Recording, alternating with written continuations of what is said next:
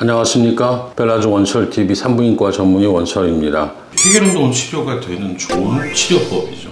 그러나 그 상위에 있는 더 정확하고 더 성공률이 높은 치료법이 필요한 경우에는 부족할 수 있겠죠.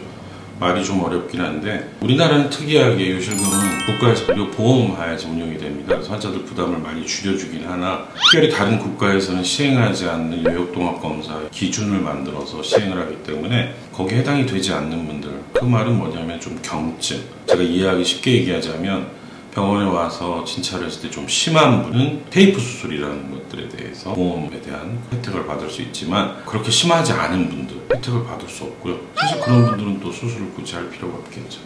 그런 경우에 옛날부터 해왔던 거는 케겔 운동입니다. 정리를 하자면 케겔 운동은 요실금이 더 나빠지는 거를 방지해주는 그런 효과가 있고요. 굳이 경증인 경우에 수술까지 하고 싶지 않은, 수술을 당장 할 수 없는 이런 분들이 지속적으로 해주면 더 나빠지는 것을 방지할 수는 있겠다 생각이 듭니다. 그러나 사회생활에 지장이 있을 정도로 적은 보각, 예를 들자면 저는 줄넘기를 하면 요 소변을 세요. 그럼 뭐 줄넘기를 안 하면 됩니다. 사실은 줄넘기 하려고 요실금 수술할 필요는 없죠. 그러나 비슷한 예로 아이와 같이 손을 잡고 횡단보도를 뛰어야 되는데 그렇게 뛰지도 못해요.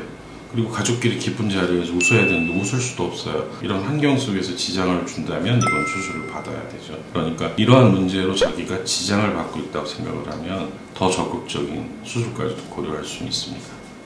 지금 얘기하고 있는 것들은 다 복합성 요실금 관련한 질환인 것 같습니다. 근데 궁극적으로는 치료 성공률이 높은, 그리고 회복도 빠르고 비교적 안전한 테이프 수술, TOT라든지 TVT라든지 미니슬링이라든지 다양한 방법에 접근하는 게 가장 성공률이 높고 치료 효과도 높은 시술인 건 맞습니다. 그러나 경증의 환자들 또는 다른 건강상의 이유로 수술을 좀 회피해야 되는 경우라면, 본인이 수술을 원하지 않는다면 그런 경우에는 첫 번째가 케겔이 되겠고요.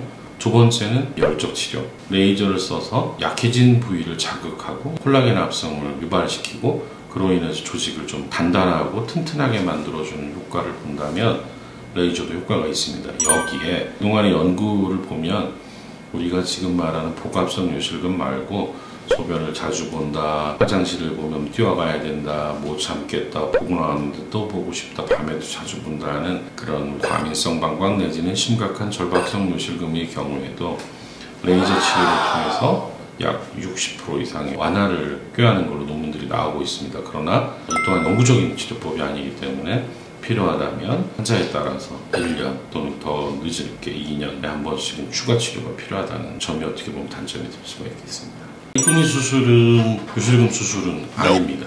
이쁜이 수술은 외음부, 특히 회음체 부위의 바깥쪽 부분을, 피부를 당기는 수술이기 때문에 더더욱 상관이 없어요. 그런데 질축소 성형이라 그래서 골반 적은, 골반 밑에 요실금과 관련되는 근육, 주위에 있는 근육을 보강하는 질강 복원 수술, 질축소 성형의 경우에는 도움이 될 수도 있습니다. 그런 경우는 어떤 경우냐, 요실금만 단독으로 있지 않고 출산을 통해서 아이가 골반을 통해서 나올 때 방광이나 요도가 있는 앞쪽으로만 나오는 게 아니죠.